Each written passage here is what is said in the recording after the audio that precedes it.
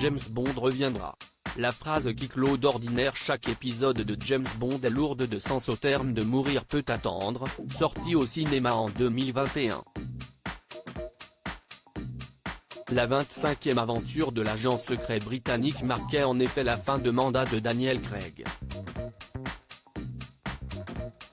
L'acteur entré dans la franchise avec Casino Royale rangeait son costume au vestiaire après une quinzaine de bons et loyaux services. Restait alors à Barbara Broccoli, gestionnaire de la franchise depuis les années 90, à trouver le visage du futur James Bond.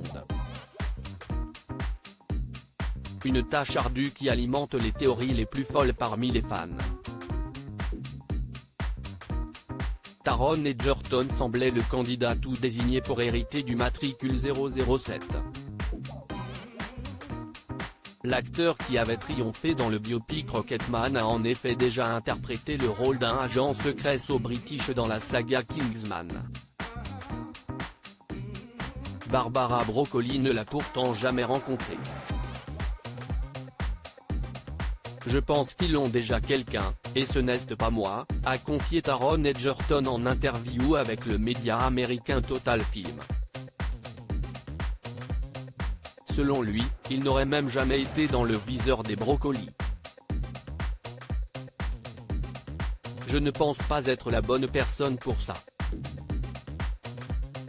Je pense qu'il y a de bien meilleurs candidats que moi pour ce rôle.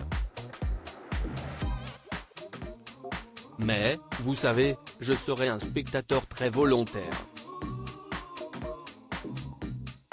Ce sont des films géniaux. Qui héritera donc du smoking de l'agent 007. Cette star de Marvel pressentie pour le rôle de James Bond. Les pronostics vont et viennent sur le mercato James Bond. Si les noms d'Idris Elba et de Tom Hardy ont circulé pendant longtemps, c'est au tour d'Aaron Taylor-Johnson d'alimenter les conversations. L'acteur devenu célèbre grâce à Kick-Ass puis Marvel aurait rencontré les producteurs de la licence, avancent nos confrères britanniques du Sun.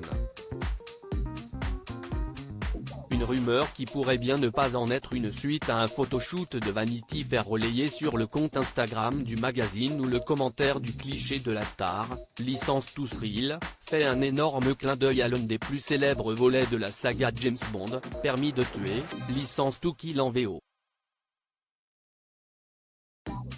Les paris sont ouverts.